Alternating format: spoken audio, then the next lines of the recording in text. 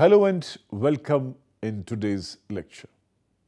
Today we have chosen the topic resettlement and rehabilitation of people, and the main objectives of the topic are to acquaint you all with the concept of resettlement and rehabilitation process, to familiarize you with the problems related to resettlement and rehabilitation process, and to highlight the concerns of resettlement and rehabilitation process, to study various case studies and rehabilitation policies.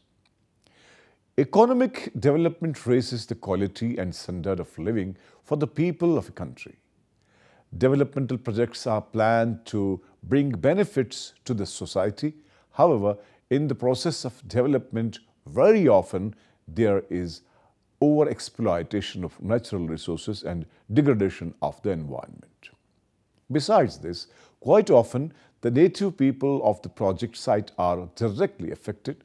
These native people are generally the poorest of the poor, underprivileged tribal people.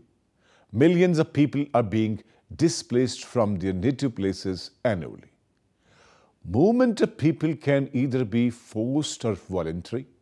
Studies show that majority of displaced people belong to poor and marginalized communities, and within them, women and children experience special vulnerabilities. Displacement or the involuntary and forced relocation of people has come to be acknowledged as among the most significant negative impacts of large developmental projects, such as dams. In India, around 50 million people have been displaced due to development projects in over 50 years. Around 21.3 million development-induced internally displaced populations include those displaced by dams, mines, industrial development, and wildlife sanctuaries and national parks. In order to overcome the negative impacts of displacement, the ouster of resettled and rehabilitated. Now let's understand what resettlement is. Resettlement is the movement of a large group of people from one region to another, often a form of forced migration imposed by state policy or international authority, and most frequently on the basis of ethnicity or religion. Often the affected population is transferred by force to a distant region, perhaps not suited to their way of life, causing them substantial harm. In addition, the loss of all immovable property, and when rushed, the loss of substantial amounts of movable property is implied. Resettlement is a process with a start and a finish, and as a discrete area of work separate from general hostel work, from counseling, key working, from outreach, and from long-term tenancy support work. It does link in with these areas of work, but needs to be understood as separate from them. Rehabilitation is a program that helps a person who is recovering from illness or injury to regain as much function as possible. It is a process by which a changed entity is restored to its original position. The aim is for clients to become as independent as possible despite their disabilities. Rehabilitation also aims to teach strategies for ongoing disabilities. The objective of rehabilitation should be the people displaced should get an appropriate share in the fruits of development. Creating new settlements with their own environment should rehabilitate them. Removal of poverty should also be an objective of rehabilitation policy, and therefore some land to all. Outees, even the landless, should be given assurance of employment. Tribal should develop along the lines of their own genius, and we should avoid imposing anything on them. We should try to encourage their own traditional arts and culture in every way. Resettlement should be in the neighborhood of their own environment. In partly affected villagers should be given the option of shifting out with others with the same compensation as available to evacuees. Training facilities should be set up to upgrade the skills of affected people, and reservation in jobs should be made for the willing adults among the evacuees. Special attention needs to be given to the rehabilitation of artisans and village craftspeople. Villagers should be taken into confidence at every stage of implementation, and they should be educated through open meetings and discussions about the legalities of the Land Acquisition Act and other rehabilitation provisions. The aid of voluntary agencies in helping the planning and implementation of programs should never be ignored. Problems and concerns of resettlement. Resettlement programs have predominantly focused on the process of physical relocation rather than on the economic and social development of the displaced and other negatively affected people. This has severely eroded the development effectiveness of resettlement and rehabilitation programs and heightened the impoverishment risk of the resettlers. The key economic risks to affected people are from the loss of livelihood and income sources such as arable land, common property resources such as forests, grazing land, ground, surface water, and fisheries, etc., and change access to and control of protected resources. The loss of economic power with the breakdown of complex livelihood systems results in temporary or permanent, often irreversible, decline in living standards leading to marginalization. Higher risks and uncertainties are introduced when diversified livelihood sources are lost. Loss of livelihood and disruption of agricultural activity can adversely affect household food security, leading to undernourishment. Higher incidence of diseases associated with deteriorating water quality can result in increased morbidity and mortality. In many cases, the focus of resettlement programs is simply to get people to move out of the way to resettlement sites as quickly and smoothly as possible. Once people are relocated or even shifted out, the resettlement program usually fizzles out or loses momentum with the displaced people now at their most vulnerable positions. The resettled people are most vulnerable to be forgotten once the physical relocation is complete. A waning of interest, sometimes referred to as developers' fatigue, as reported in Argentina Report 1999. Resettlement is the absence of active development initiatives and is likely thus to become impoverishment, the opposite of what it is intended to be. Resettlement of displaced people is thus a process that is acknowledged as entailing several risks. These risks render resettlement inherently problematic, and indeed impoverishment and disempowerment have been the rule than the exception with respect to resettled people around the world. Simply restoring the status quo ante in terms of material assets will thus leave people worse off than before. Therefore, the main objective of a resettlement program must be to improve the standards of living and not just restoration of pre-relocation standards of living. While the restoration of pre-location standards is settled accord in several resettlement programs, there is enough evidence to indicate that this goal is limited and inadequate. Problems and concerns of rehabilitation. Rehabilitation can be envisioned as a process that would reverse the risk of resettlement landlessness to land-based resettlement, joblessness to re-employment, food insecurity to safe nutrition, homelessness to house reconstruction, increased morbidity and mortality to improved health and well-being, and social disarticulation and deprivation of common property resources to community reconstruction and social inclusion, involuntary displacement of human population is always traumatic. Irrespective of the causes leading to such migrations, the degree of suffering experienced by such people simply cannot be quantified in money values, and even in words, it can be described only inadequately. But unfortunately, ousting a people likely to be submerged under irrigation or hydel power dams is a classic case where hardships are imposed on people in spite of the pro-people laws and policies proclaimed by the governments. Displacement and rehabilitation issues. The major issues related to displacement and rehabilitation are as follows. Tribals are usually the most affected amongst the displaced who are already poor.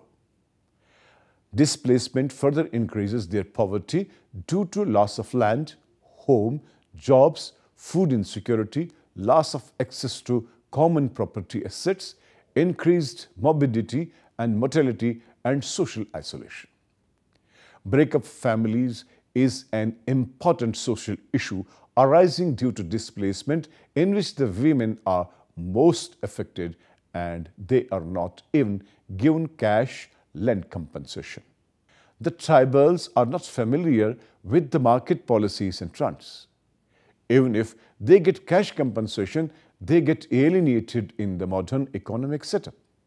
The land acquisition laws ignore the communal ownership of property, which is an inbuilt system amongst the tribals. Thus, the tribals lose their communitarian basis and economic and cultural existence. They feel like fish out of water. Kinship systems, marriages, social and cultural functions, their folk songs, dances and activities vanish with their displacement. Even when they are resettled, it is individual-based resettlement which totally ignores communal settlements. Loss of identity and loss of intimate link between the people and the environment is of the biggest loss.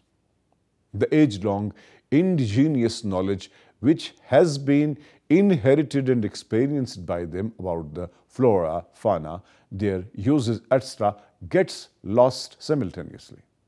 Rehabilitation is only possible where development takes place. Thus, resettlement must be planned as an integral part of the comprehensive development project. In this sense, rehabilitation is really an outcome of resettlement that is conceived not as a physical relocation or mere restoration of incomes, but as development. This brings us to the question of development in the context of resettlement and rehabilitation.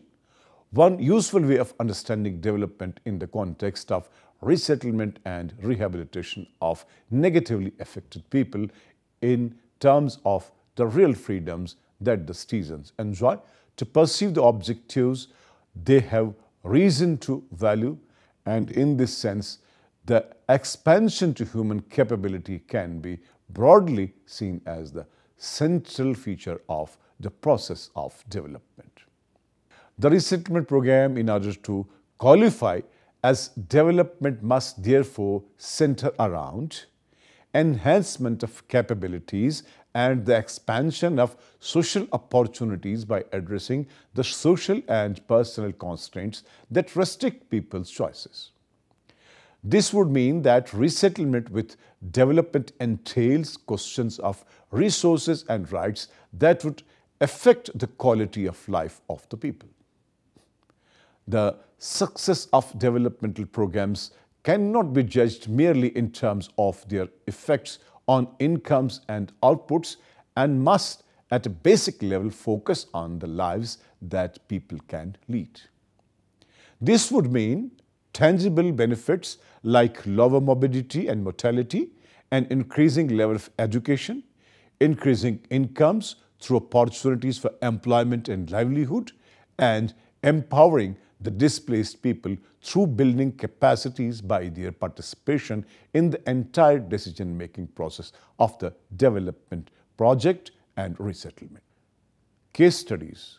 The Tehari Dam project. The Tehari Dam is in the outer Himalayas in Uttar Pradesh. When finished, will submerge Tehari town and nearly 100 villages. Since the dam was sanctioned in 1972, local people have been opposing the dam and resisting its construction. Scientists, environmentalists, and other groups have also opposed this dam.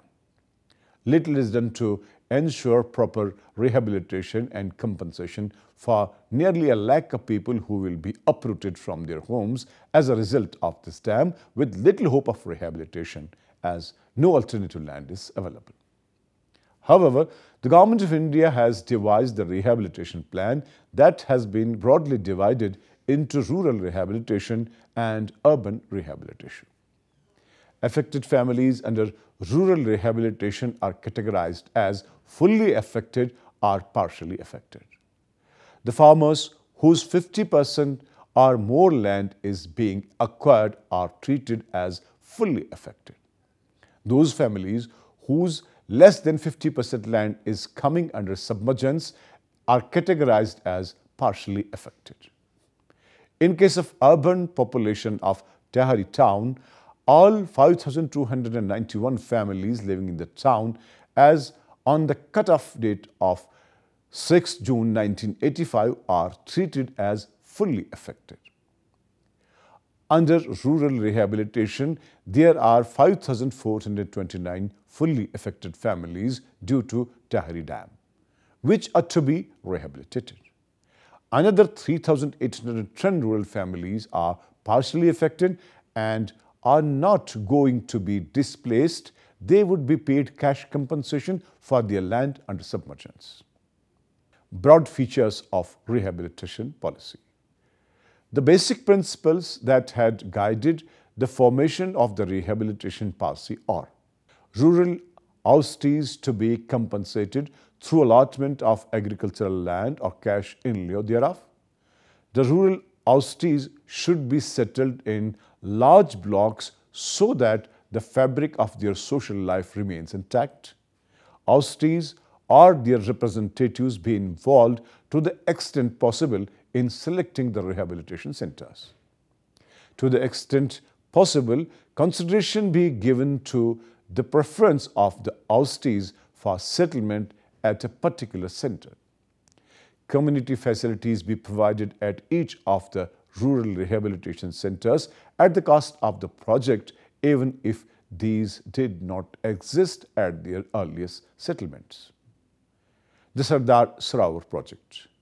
The much debated Sardar Sarovar project that plans to build 30 big, 135 medium and 3,000 minor dams on the Narmada River and its tributaries is estimated to submerge almost as much area as it is meant to irrigate. A total of 573 villages consisting of about 3 lakh people are going to be affected due to submergence underwater. As a result of the big dams, the community rights of the tribals is breached. According to a report, during the last 50 years, around 3,300 dams have been constructed in the country, and most of them had led to large-scale forced eviction of vulnerable groups. It added that the situation of the tribal people was of special concern as they constituted 40 to 50% of the displaced population. And it was highlighted during the agitation against the construction of the Sardar Sarovar Dam as well. The dam was and is still called India's most controversial dam project, and the agitation against it was spearheaded by Medha Patkar of the Narmada Bachao Andolan. While official figures said that around 42,000 families were to be displaced by the project, the Narmada Bachao Andolan and other non-governmental organizations pegged that number to be around 85,000 families or 5 lakh people. As per the liberalized policy, the government of Maharashtra are now allotting 1 hectare agricultural land free of cost to each landless oustees and 2 hectare agricultural land to major son and unmarried major daughter of all category of austies besides a subsistence allowance of rupees 4,500 per austie. Moreover, in Maharashtra, compensation of land and house acquired will be paid to project affected families. And land will be allotted free of cost. Here we will mention that the government of Gujarat allotted 2-hectare land to landless agricultural labourers, each major son of all category of austies, and January 1st, 1987 was fixed as the cut-off date. And free core house financial assistance of rupees 45,000 for construction of core house to the austies families and their major sons. The government of Madhya Pradesh has increased the rehabilitation grant from rupees 11,000 to rupees 18,700 for SC/ST landless agricultural labourers, small and marginal farmers, and from rupees 5,500 to rupees 9,350 for other labourers and landless families. Dear students, positive resettlement and rehabilitation is not merely or even principally a matter of efficient planning and implementation. There is a power element inherent in some people having the legal, administrative, and military means to oblige each other to move. It is usually the less powerful and less well-off who are resettled, and they are very often further prejudiced by the difficulties and complexities of the resettlement and rehabilitation process. Thus, the role of other stakeholders, particularly funding agencies, could also prove critical in reducing displacement. In fact, all international development financing agencies must commit to a serious exploration of options and alternatives that will reduce environmental and social costs. That's all for today. Thank you for being attentive.